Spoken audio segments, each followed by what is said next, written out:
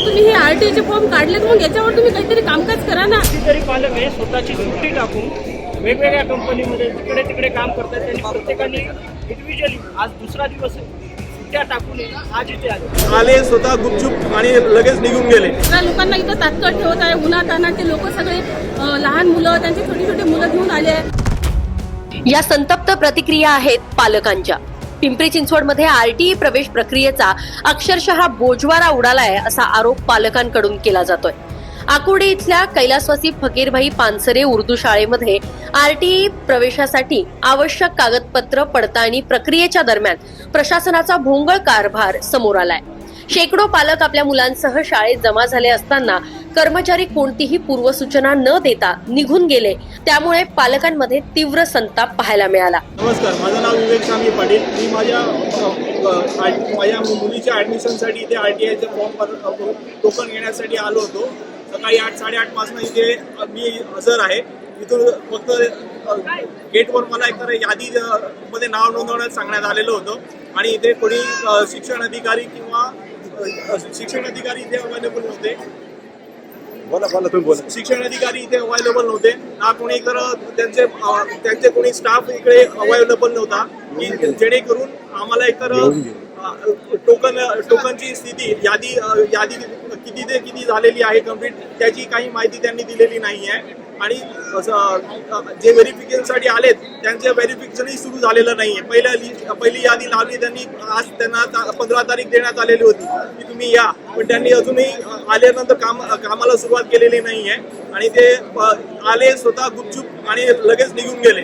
कोणाला माहिती पडलं नाही की बाबा ते इथे आलेले आहेत. प्रशासनाला माझा एक क्वेश्चन आहे, जर तुमचं नियोजन शून्य आहे तर पालकांची ही हालत होत आहे, तर तुम्ही त्याबद्दल काही कठोर कारवाई करणार किंवा काहीतरी नियोजन करणार का? जर तुम्ही जर असं सांगितलं प्रत्येक दिवशी या दिवशी तुम्ही 200 पालक त्यांना आम्ही कुपन देणार आणि त्यांचे डॉक्युमेंट व्हेरीफाय होणार, त्या प्रकारे पालक पण तुमच्याप्रमाणेच वागले, त्याप्रमाणेच त्यांनी बिहेव केलं असतं. आज मित्रही सांगतो, सोमवारी यांनी जवळपास 750 कुपन वाटले आणि त्या दिवशी त्यांनी कमिटमेंट केली की 150 कुपन्सवाल्यांना आम्ही सकाळी 10:30 वाजल्यापासून आम्ही फॉर्म व्हेरिफिकेशन करणार.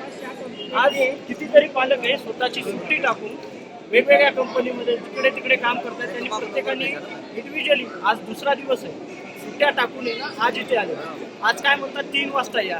आज मला एक सांगा, 3 वाजता जर आले तर हे 6 वाजेपर्यंत किंवा 5:30 पर्यंत याचा टाइम राहतो.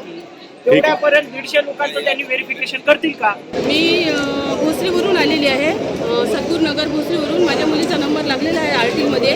पण आता आम्ही सकाळी 5 वाजतापासून माझी मैत्रीण आणि मी इथं आलेली आहे. पण नेमकं काय झालं, आम्ही सकाळपासून इथं येऊन पण आता इथं अधिकारी येऊन परत गेले, पण ते काही याची दक्षता घेत नाही आहे. आणि आता आम्ही काय करायचं त्यासाठी म्हणून माझं असं म्हणणं आहे का सूर्यवंशी सरांनी याची दखल घ्यावी.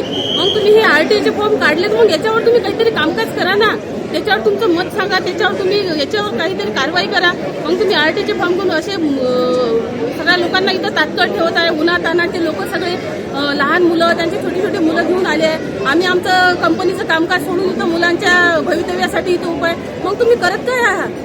मला याचं उत्तर द्या. आणि तुम्ही खरोखर जर हे सोशल मीडियावर बघत असाल या शाळेमध्ये काय चालू आहे त्याच्यावर तुम्ही काहीतरी कारवाई करा सर. कारण की आता जर तुम्ही 20 तारीख दिली आहे, मग आम्ही 20 तारखेच्या नंतर काय करायचं? आरटीई प्रवेशासाठी 15 एप्रिल ते 22 एप्रिल हा कालावधी अत्यंत मर्यादित आहे आणि या अल्प मुदतीमध्ये कागदपत्र पडताळणं आवश्यक असताना शाळेतील कर्मचारी पालकांना उन्हात ताटकळत ठेवून अचानक निघून गेले असा आरोप पालकांनी केलाय. आणि त्यामुळे संतापलेल्या पालकांनी विचारणा केली, जर वेळेत पडताळणी झाली नाही आणि मुलांचं वर्ष वाया गेलं तर याला जबाबदार कोण, असा सवाल पालकांनी उपस्थित केलाय.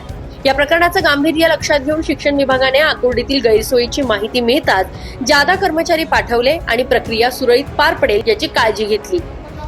दरम्यान मुदत संपण्यापूर्वी आपल्या पाल्याचा प्रवेश निश्चित व्हावा यासाठी पालकांची धावपळ सुरू आहे आणि प्रशासनानं सुद्धा हे संपूर्ण प्रकरण जे आहे ते अधिक संवेदनशीलतेनं हाताळावं अशी मागणी पालकांकडनं होते.